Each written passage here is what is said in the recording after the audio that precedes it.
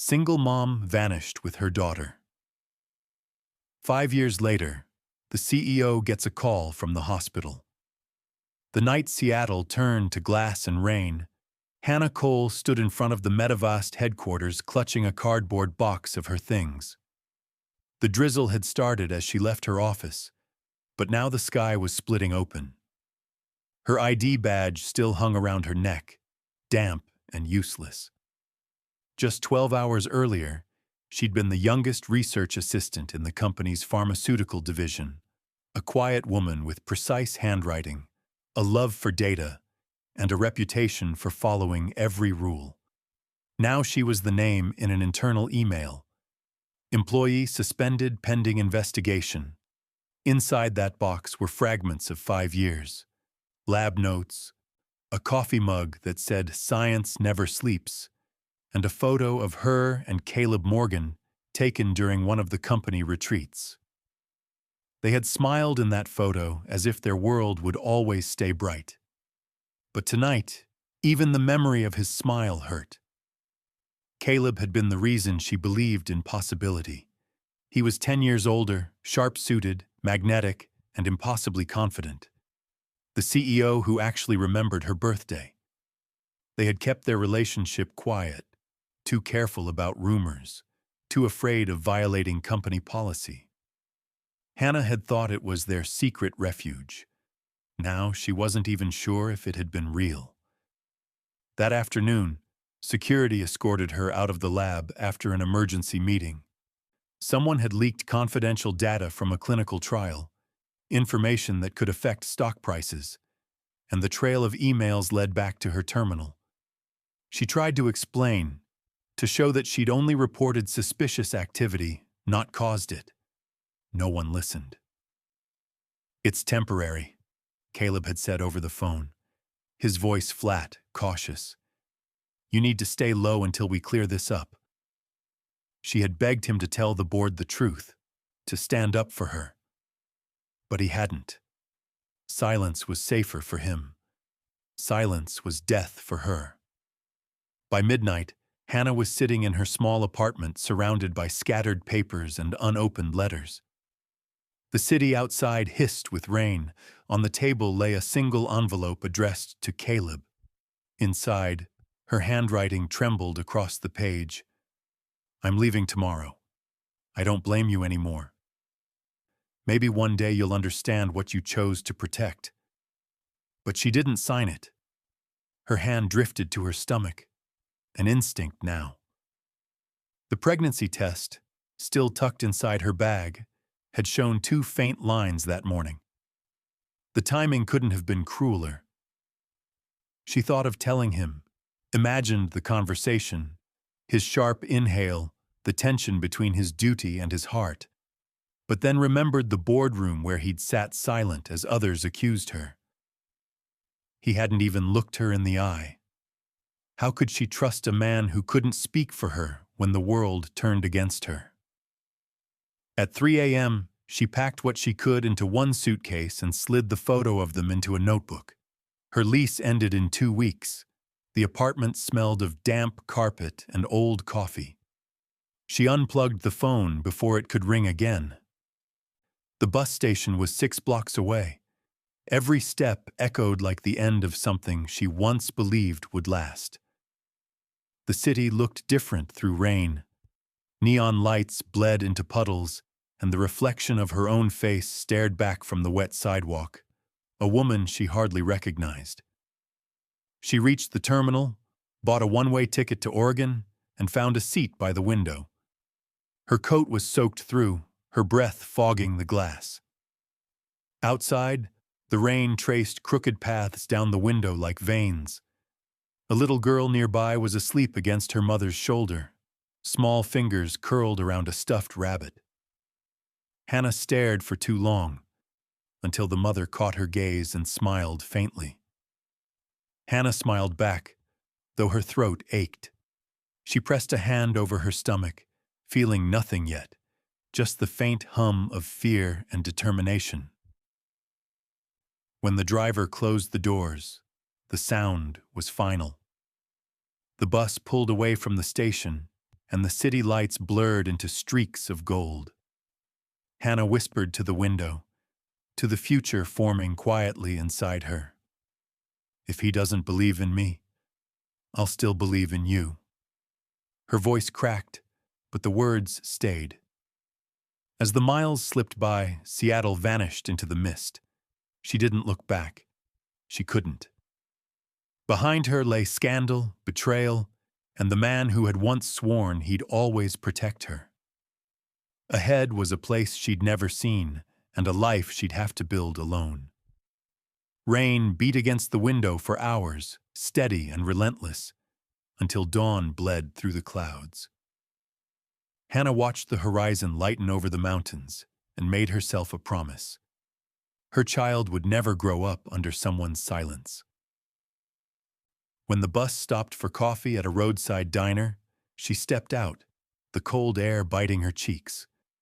She threw the unsent letter into a trash bin and whispered, "Goodbye, Caleb."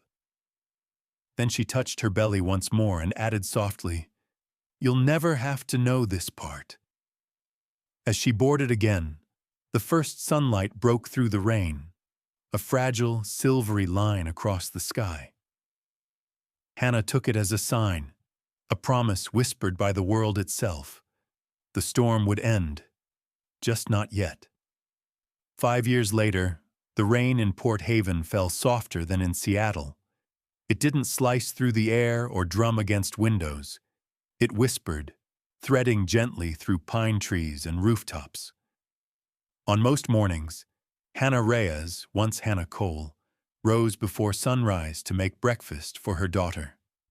The small kitchen smelled of oatmeal and cinnamon.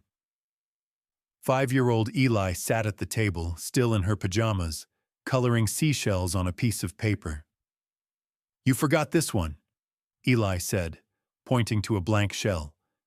Hannah smiled and dipped the spoon into the oatmeal. "That one's for you to finish after breakfast, little artist." The girl giggled, her curls bouncing. She had Hannah's eyes, but Caleb's dark hair. Their apartment was small, just 2 rooms above a bakery near the harbor, but Hannah loved it. Through the window, she could see fishing boats sway in the fog and hear gulls crying above the waves. After everything that had happened, peace had become her luxury. She worked as a nurse's aide at the Port Haven Community Clinic, taking extra shifts when she could. It wasn't glamorous, but it was enough. By the time she left for work, the town was already waking. The smell of bread drifted up from below, and Mrs. Geller from the bakery handed her a paper bag. "For Eli," the old woman said. "That little one's growing fast." Hannah thanked her, grateful. At the clinic, she put on her scrubs and tied her hair back, her name tag reading Hannah Reyes. Few people knew she'd once been someone else. The change of name had been simple paperwork, a new driver's license, a new start. But Eli's birth certificate still carried the name Cole, the one thing Hannah hadn't had the heart to alter. She told herself it was because she couldn't afford the legal process, but deep down she knew it was more than that. Some parts of the past refused to be erased. After work, she picked up Eli from kindergarten. The girl ran toward her, backpack bouncing, face lit with joy. "Mom, I made you something." She pulled out a drawing, 2 stick figures under a rainbow. One had brown hair, the other short, dark hair. "That's you and me." Hannah crouched down and kissed her forehead. "It's perfect." For a moment, she felt whole. But that night, something changed. During dinner, Eli pushed her plate away. "I'm tired," she murmured. Hannah touched her forehead. Warm, too warm. "Maybe it's just a long day," she told herself.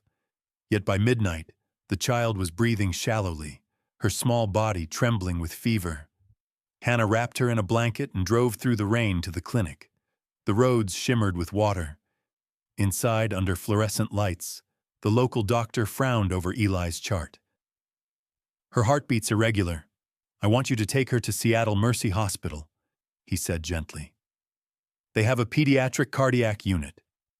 We'll send the referral. The words hit Hannah like cold water. Seattle. The city she'd sworn never to return to. But for Eli, she would face anything. 2 days later, she stood at the hospital registration desk, clutching forms and insurance papers. The clerk asked for the child's full legal name. Hannah hesitated, then answered, Eli Cole. She signed Hannah Reyes, formerly Cole, in the Guardian line. Seeing that name, Cole, printed beside her daughter's, made her chest ache. Tests followed. Doctors murmured about congenital defects, possible surgery, high costs. Hannah nodded numbly, doing mental math she already knew wouldn't work.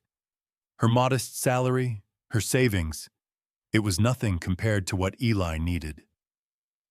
Late one evening, as her daughter slept surrounded by monitors, Hannah sat in the hospital cafeteria staring at a flyer pinned to the bulletin board. Medivast Community Health Fund, supporting families in crisis. Her heart stopped. The logo, the same silver M she once wore on her badge. The company she'd fled.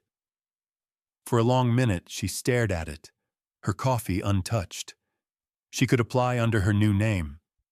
Maybe no one would notice. It wasn't about pride anymore. It was about Eli. The next morning, she filled out the application carefully, printing each letter like a prayer. Patient, Eli Cole. Parent, Hannah Reyes, formerly Cole. She submitted the form and watched the hospital clerk carry it away. That afternoon, she returned to Eli's bedside and stroked her daughter's hair. The little girl stirred, whispering, "Are we going home soon?" Hannah forced a smile. "Soon, sweetheart." "I promise." As she sat there, the rain began again outside, tapping gently against the window. She thought of Seattle's storms years ago, the ones that drowned her life, and realized this rain felt different, softer. It didn't sound like endings anymore, but like waiting. She didn't know that, across the city, the same form she had just signed was making its way toward the one man who could change everything. In the city where it had all begun, the rain still fell with the same rhythm. From his corner office on the 23rd floor, Caleb Morgan stared through the wide glass window of Medivast headquarters.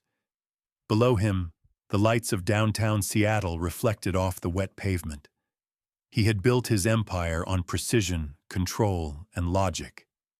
Yet, in the quiet hours before dawn, all of that felt paper-thin. For 5 years, he had lived with the same question echoing in his chest. What really happened to Hannah Cole? The world thought she had leaked confidential data. The board had insisted he stay silent and distance himself to protect the company. He had told himself it was the right choice, the responsible one. But since then, he had learned that silence didn't erase guilt, it carved it deeper. And when Hannah disappeared, she took something more than her reputation. She took the warmth from his life. He had searched for her at first, quietly, but she'd vanished completely. No trace in employment records, no address, no social media. Eventually, even the investigators gave up. That morning, a soft knock pulled him from his thoughts. His assistant, Lydia Chen, entered, holding a folder. "Mr. Morgan, the audit report from the internal review is ready," she said. He nodded absently. "Leave it here." But Lydia hesitated. "There's something else. Dr. Vasquez from research asked me to forward you the findings about the 2018 data leak case. He said you'd want to see it." Caleb's pulse quickened. After she left, he opened the file. The pages were filled with charts, timestamps, and security logs, technical language that most executives would skim. But Caleb read every line. The findings were clear.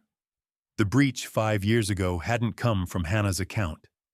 It was the result of an external cyber attack, misinterpreted by the system. Hannah had tried to flag the intrusion minutes before the data was copied. She hadn't caused it. She had tried to stop it. The realization hit him like ice. She had been innocent. He closed his eyes, his hand tightening around the report. The one person who had believed in him when he was just a man trying to prove himself had been sacrificed for a mistake, and he had let it happen. Later that afternoon, during a review of Medivast's Community Health Fund, Lydia entered again with another folder. "Here's the short list of cases for this quarter's support grants," she said. Caleb flipped through the pages mechanically until a name froze him mid-turn. Eli Cole, age 5. Mother, Hannah Reyes, formerly Hannah Cole. He read it twice, unable to breathe. Cole, his chest tightened. 5 years. The child's age matched perfectly with the timeline. The mother's note, formerly Hannah Cole. His pulse thundered in his ears. He forced himself to focus on the medical details. Congenital heart defect. Recommended surgery. Seattle Mercy Hospital. Urgent funding required. "Where did this file come from?" he asked. Lydia, puzzled, replied, "Direct referral from the hospital. They requested confirmation today. The case meets all the medical criteria for emergency assistance." Caleb's throat felt dry. "I'll handle this one personally," he said, his voice low. Lydia blinked, surprised. "Of course, sir. Should I notify the board?"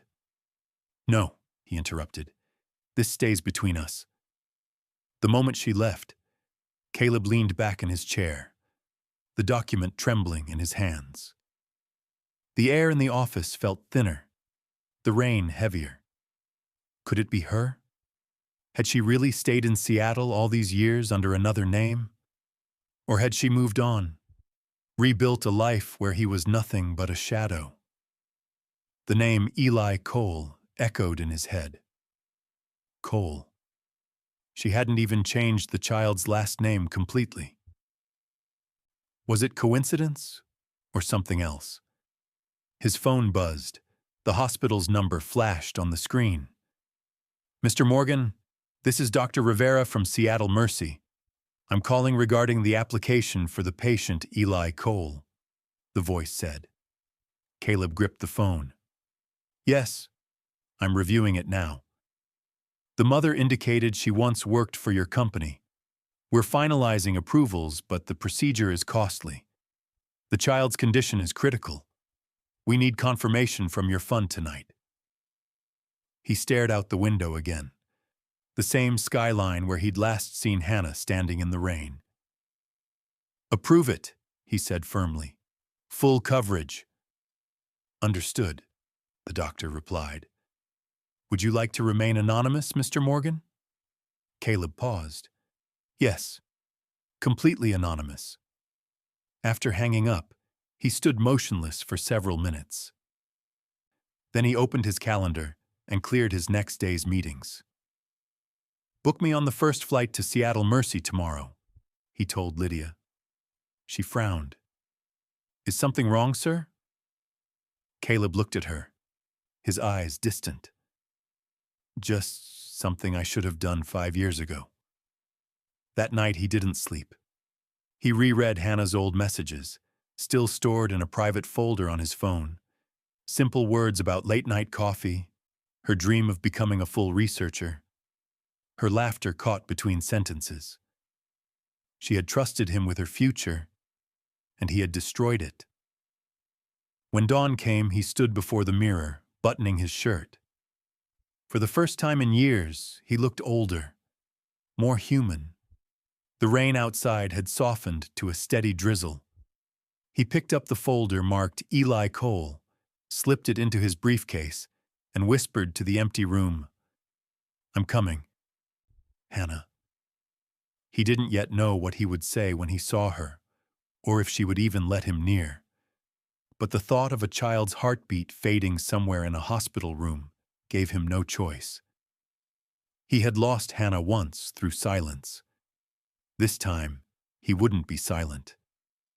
Seattle Mercy Hospital glowed under the morning mist, its tall glass facade catching threads of weak sunlight between streaks of rain. Inside, the corridors hummed with footsteps, beeping monitors, and the faint scent of antiseptic. Hannah sat on the edge of the hospital bed where little Eli slept, her small hand wrapped around the stuffed bear the nurses had given her. The night had been long. Tests, consultations, whispered conversations about procedures and costs. Hannah's eyes were heavy, but her mind refused rest. When she brushed the child's dark curls off her forehead, she felt again the quiet terror of being powerless. The nurse poked her head in. "Ms. Reyes, the billing office needs your signature on the sponsorship documents. You can find them at the counter near the elevators." Hannah nodded, glanced once more at Eli, and stepped into the corridor. Her sneakers squeaked softly on the polished floor. She wasn't sure how long they would let her stay here before the next payment deadline caught up. At the far end of the hallway, a man stood talking to the head nurse. Tall, broad-shouldered, dressed in a dark coat that didn't quite fit the world of scrubs and wheelchairs around him. Hannah barely noticed him until he turned. His profile was unmistakable. Her breath caught. Caleb. She froze mid-step. For a moment, the world blurred, the fluorescent lights, the echoing voices, the smell of disinfectant. It all vanished beneath the sound of her own heartbeat. He looked different. His hair was shorter, touched with silver at the temples. The sharp edges of his youth had softened, replaced by something weary and human. But those eyes, the calm, steady gray she once trusted, were the same. He saw her then. The papers in his hand slipped slightly, as if the air had turned heavier between them. "Hannah," he said softly, almost uncertain if he had the right to use her name. She gripped the folder to her chest. "What are you doing here?" Caleb's voice faltered before steadying. "I saw your name in the hospital's sponsorship request. I came to make sure you and your daughter are getting the care you need." "You came to check a box," she said coldly. "The company's charity fund. You always did care about good publicity." "It's not about publicity," he replied quietly. "It's about what I should have done 5 years ago." Her anger flickered with disbelief. "Now you decide that? After I lost everything? My job? My name?" She took a step back. "You have no idea what I went through." Caleb's eyes lowered. "I do now. The internal audit, Hannah, they found the truth. You weren't the one who leaked the data. You were trying to stop it. I should have listened. I should have fought for you." She swallowed hard, the words like glass in her throat. "It's too late for that." He nodded once, accepting it. "Maybe it is. But let me help now. Let me make sure your daughter gets the surgery." For a long moment, she said nothing.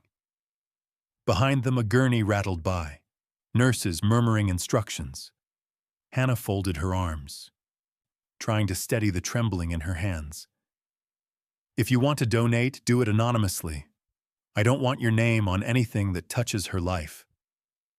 "That's already done," he said. "No one will know, not even her." Her chest tightened. "Good." She turned to leave, but his voice stopped her. "Hannah, does she—" He hesitated, searching her face. "Does she know who I am?" The question hit her like a wave. She spun around, anger flashing through tears. "She knows she has a mother who loves her more than anything. That's enough." Caleb nodded slowly, the pain in his eyes unmistakable. "Then I won't intrude. I just want her safe." They stood in silence for several seconds. the distance between them filled with years of words left unsaid. A nurse stepped out of Eli's room, calling softly, "Ms. Reyes? Your daughter's asking for you." Hannah turned away. "Don't follow me," she said quietly. "I won't," he replied, but his voice broke slightly. Inside the room, Eli was awake, her small face pale but smiling. "Mommy, I dreamed about angels," she said. "They were holding umbrellas made of light." Hannah brushed a hand through her daughter's hair and forced a smile. "That sounds beautiful, sweetheart." She glanced toward the hallway through the open door. Caleb was still standing there, watching through the glass with an expression she couldn't read, half sorrow, half awe. When she caught his gaze, he stepped back, nodding once before walking away. The reflection of his figure stretched down the corridor until it disappeared around the corner. Hannah's chest ached, but she refused to cry. There was no space for heartbreak here, only survival. Outside, the rain began again, sliding down the windows in long silver threads. Hannah sat by Eli's bed and held her hand tightly. Somewhere deep inside, a thought she didn't want to admit surfaced. He had come back. After all this time, he had come. She closed her eyes and whispered, "Please let this be enough to save her." The machines hummed softly, steady like a heartbeat. And down the hall, Caleb paused once more by the window, staring out into the rain. He placed a hand against the cold glass and murmured to himself, "I won't fail you again." The rain hadn't stopped all day. It washed against the windows of Seattle Mercy Hospital, soft but relentless, as if the sky itself refused to rest. Inside, the halls had quieted, visiting hours were over, and most of the lights had dimmed to a pale glow. In room 213, Hannah sat by Eli's bed, watching the steady rhythm of the heart monitor. Each beep was a fragile reminder that her daughter was still fighting. Eli was sleeping now, her cheeks still too pale, her small hand limp in Hannah's. The child had always been brave, even when needles pricked her arms and machines surrounded her. Hannah whispered, "Just a little longer, sweetheart. Just keep fighting." Her voice trembled. When she finally leaned back in the chair, exhaustion overtook her, and she dozed off for the first time in nearly 30 hours. Down the hall, Caleb was still awake. He sat in the empty family lounge, his coat folded neatly beside him, a cup of untouched coffee cooling on the table. Through the glass wall, he could see the faint reflection of the children's wing. He had come to the hospital with the intent to make sure the surgery happened, nothing more. But every glimpse of Hannah, every sound of that little girl's laugh, had turned something inside him he couldn't name. He thought about the night 5 years ago when she'd disappeared, the last conversation they had, her voice shaking as she begged him to tell the board the truth. He had told himself he was protecting her by staying silent, that things would blow over. He realized now how cowardly that sounded. "I should have chosen her," he murmured to himself. The door creaked softly behind him. Hannah stepped into the lounge, arms crossed, her face tired but steady. "You're still here," she said quietly. "You could have left hours ago." Caleb stood. "I didn't want to go until I knew she was safe." He gestured toward the window. "They said the surgery is scheduled for tomorrow morning. The doctors are optimistic." Hannah nodded, but didn't smile. She sat down across from him, her gaze distant. Optimistic is a word people use when they don't want to say scared. He studied her face, lines of fatigue, strength carved from years of survival. "You've done everything for her," he said softly. "I don't know how you managed all this alone." Her eyes flicked to him. Because I had to. There wasn't anyone else. Silence stretched between them, heavy but not hostile. For the first time, it felt like they were breathing the same air again after years apart. Hannah, he began, hesitant. When you left, did you ever plan to tell me? She stared at the floor. I almost did. I even wrote you a letter. But then you stopped answering my calls, and I saw my name in the news. I realized if you couldn't stand by me then, how could I ask you to stand by our child? He swallowed hard, the truth cutting deeper than any accusation. I didn't know, he said quietly. I swear I didn't know about the baby. I know, she said. That's what makes it worse. Her eyes filled, but she blinked the tears away. You didn't even care enough to notice. Caleb's jaw tightened. I was blind. I thought I was protecting the company, the board, my future. But I lost the only future that ever mattered. He reached into his pocket and pulled out a small envelope. This is the report from our internal audit. It clears your name completely. I've already sent it to the regulatory board. Your record will be restored. Hannah took the envelope but didn't open it. And what am I supposed to do with that? Frame it?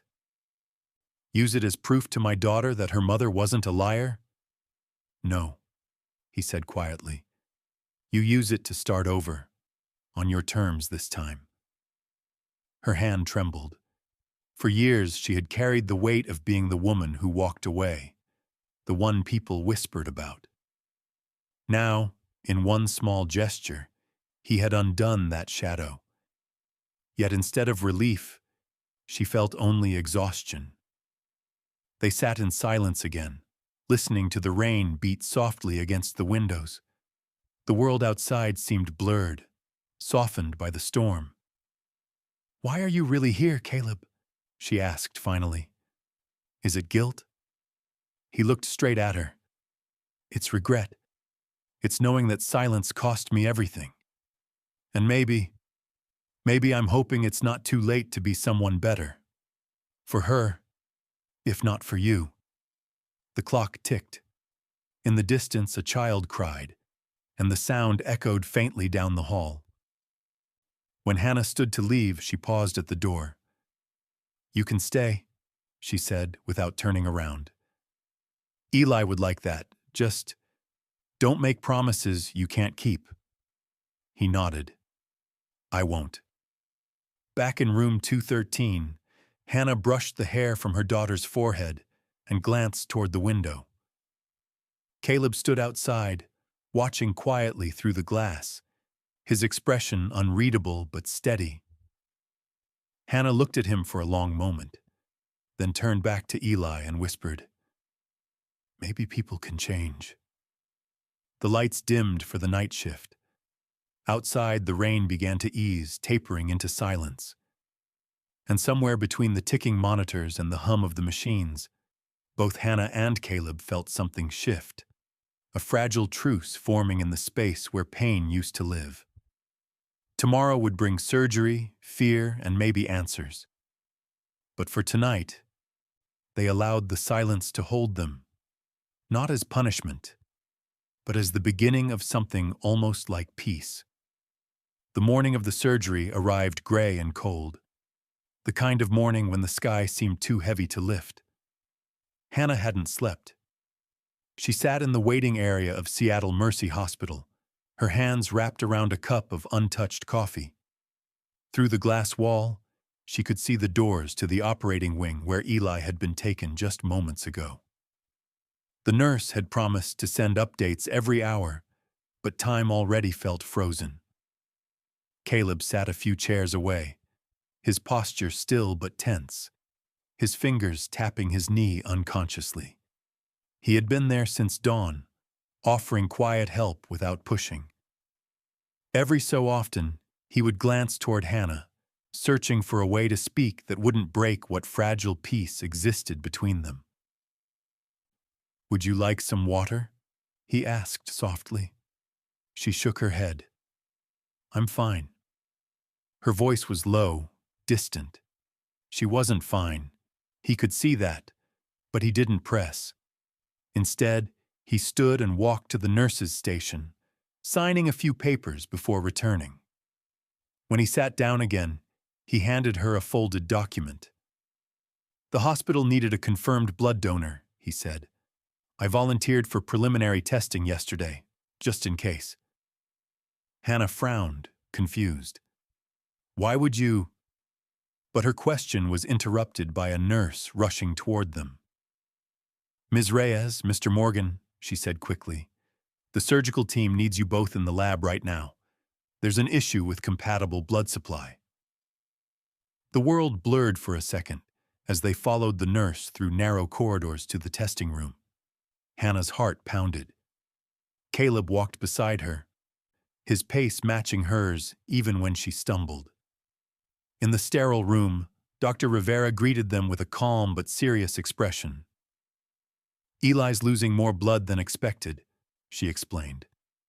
We're using all available reserves, but we need additional donors with matching rare markers. Mr. Morgan's results from yesterday were close, so we're running a full compatibility panel now. Isn't there anyone else? Hannah asked, her voice trembling. We've checked the registry, Dr. Rivera said gently. Your type is not a match. Mr. Morgan's markers are unusually close. It's possible he's a perfect match. Caleb didn't hesitate. Do whatever you need. Hannah turned toward him, startled. He gave her a faint, steady smile. If this helps her, I'm all in. Minutes passed like hours as technicians drew samples and ran the tests. The rhythmic hum of machines filled the silence. Hannah sat rigid, staring at the floor, her hands trembling in her lap. She couldn't understand why this stranger, this man who had once chosen silence, was now offering everything. Finally, Dr. Rivera returned with a clipboard. Her eyes were wide, her voice lower than before. Mr. Morgan, she began carefully, the results show not only full compatibility, it's a direct biological match. The words seemed to hang in the air, heavy and unreal. Hannah blinked. What do you mean? Dr. Rivera hesitated, looking between them. It means Eli shares your genetic markers, Mr. Morgan. She's your daughter. The sound of the machines faded behind a rush of blood in Hannah's ears. She felt lightheaded, gripping the chair to steady herself. Caleb stood frozen, his lips parting but no words coming out. That's impossible, he managed to whisper. I didn't know, Hannah. I swear I didn't know. Tears stung her eyes. I know, she said weakly. That's what makes it so hard. For a long moment, they both stood there in silence, the truth pressing down on them like a weight neither could hold. Then Caleb spoke, voice shaking. Let me help her, please. Dr. Rivera nodded. We're prepping now. The donation will begin immediately. Mr. Morgan, we'll need you in the adjacent unit. Hannah turned away as nurses guided him through the doors. The last thing she saw before they closed was Caleb's face, pale, determined, and filled with something she had never seen before. Absolute love. The next hours blurred. Hannah prayed, paced, and whispered promises to any power that might be listening. Every time the operating room doors opened, her heart jumped. Finally, as the afternoon light dimmed into gold, Dr. Rivera appeared in the waiting area. Her mask hung loose and her eyes crinkled with relief. The surgery was successful, she said. Eli's stable. Both of them are. Hannah's knees nearly gave out. She pressed a trembling hand to her mouth, tears spilling freely now. Can I see them? Dr. Rivera nodded. Mr. Morgan is still recovering in the donor unit.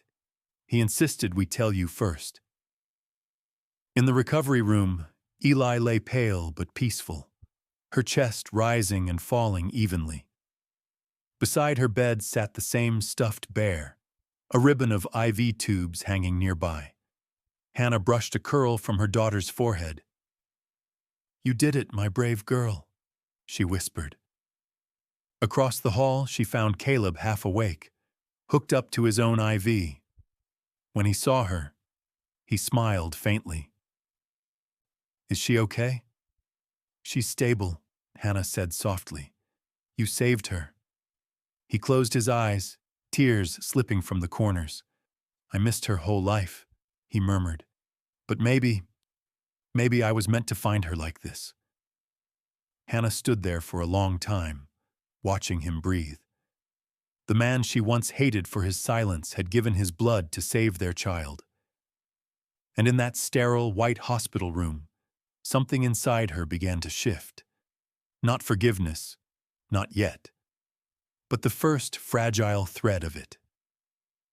Outside, the rain finally stopped, leaving only the sound of dripping water and distant thunder. The storm was over, at least for now. The morning sunlight poured softly through the wide hospital windows, painting the pale walls with a quiet gold warmth that felt almost like forgiveness. 2 days had passed since the surgery. The rain had lifted, and for the first time in weeks, Seattle's sky was clear. Hannah stood by Eli's bedside, watching her daughter stir beneath the thin blanket. The girl's color had returned. Her breathing was steady and strong. When Eli opened her eyes and smiled sleepily, Hannah felt the weight that had lived on her chest for years begin to ease. "Mommy?" Eli whispered, her voice hoarse but sweet. "Is it morning?" "It is, sweetheart," Hannah replied softly, brushing a curl away from her forehead. "And the doctors say you're getting stronger every hour." Eli's lips curved into a weak grin. "Did the man who helped me get better go home?" Hannah hesitated. "He's still here, honey. He's resting across the hall." Eli blinked sleepily. "Can I see him later? I want to say thank you." That small, simple sentence made Hannah's throat tighten. She kissed her daughter's forehead. "Yes, after breakfast." Across the hallway, Caleb lay in a quiet recovery room. He had refused any special treatment, insisting on being kept near the children's ward. When Hannah stepped inside, he was sitting up, flipping through a file of discharge papers.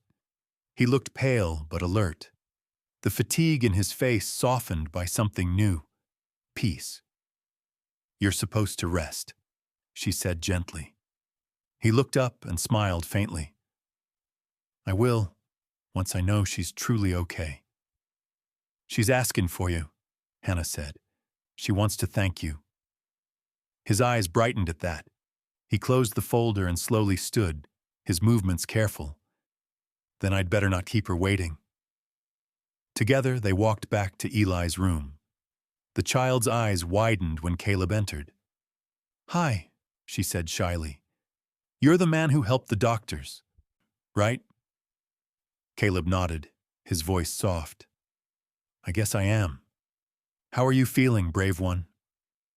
"Like a jelly bean," Eli giggled, wobbly but sweet. Both adults laughed quietly, and for a brief moment the air between them felt light. Hannah watched as Caleb knelt beside the bed, his hand resting gently near Eli's without touching it. "You're the strongest person I've ever met," he told her. "And you make your mom very proud." "She says that a lot," Eli replied with sleepy honesty. "Are you her friend?" Caleb looked up at Hannah, uncertain how to answer. But before he could speak, Hannah said softly, "He's someone who cared about us a long time ago. And now, maybe he's back to stay." Eli smiled. "Then I'm glad you came back." A quiet filled the room. Not heavy, but full of something tender and unspoken. Hannah looked down, blinking away tears. Caleb exhaled slowly, as though that one sentence had lifted a lifetime of regret.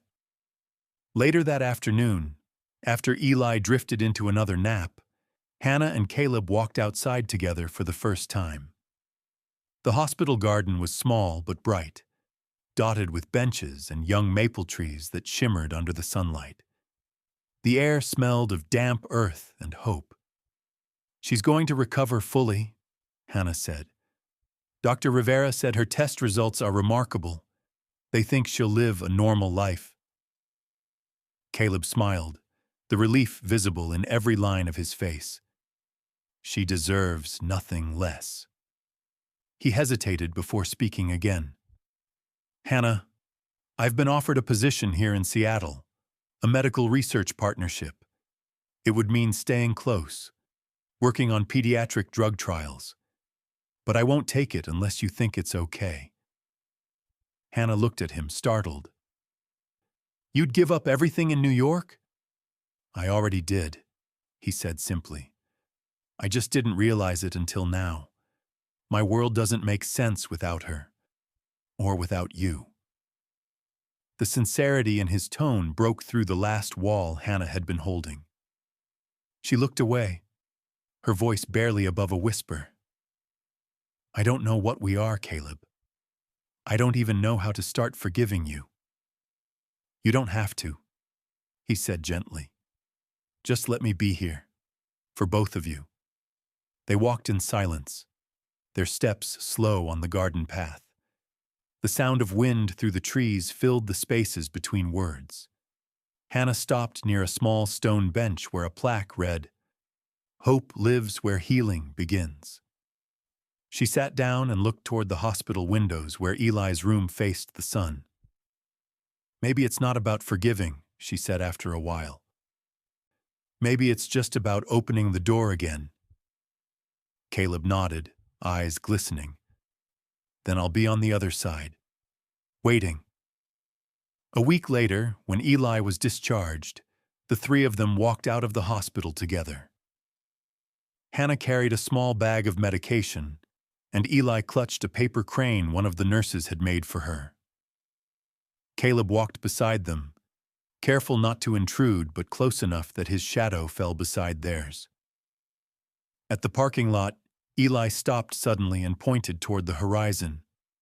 "Look, Mommy, the clouds look like hearts." Hannah laughed softly, following her gaze.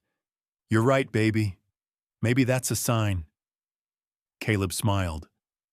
"Or maybe it's just the sky saying we get another chance." Hannah looked at him, the corners of her lips lifting. "Maybe both." As they reached the car, Eli slipped her tiny hand into Caleb's. He froze, surprised, then gently curled his fingers around hers. The warmth of that small touch said everything words couldn't. The door of the car closed with a soft click, the sound of a new beginning. And as they drove away from the hospital, sunlight spilling across the road, Hannah glanced in the rearview mirror. Eli was humming softly in the back seat, holding the paper crane against her chest. Caleb sat quietly beside her, watching the world pass with a look that was half awe, half peace. It wasn't a perfect ending, but it was real. And sometimes, Hannah thought, that's exactly where healing begins. If this story touched your heart, share it. And don't forget to subscribe for more stories of hope, love, and second chances.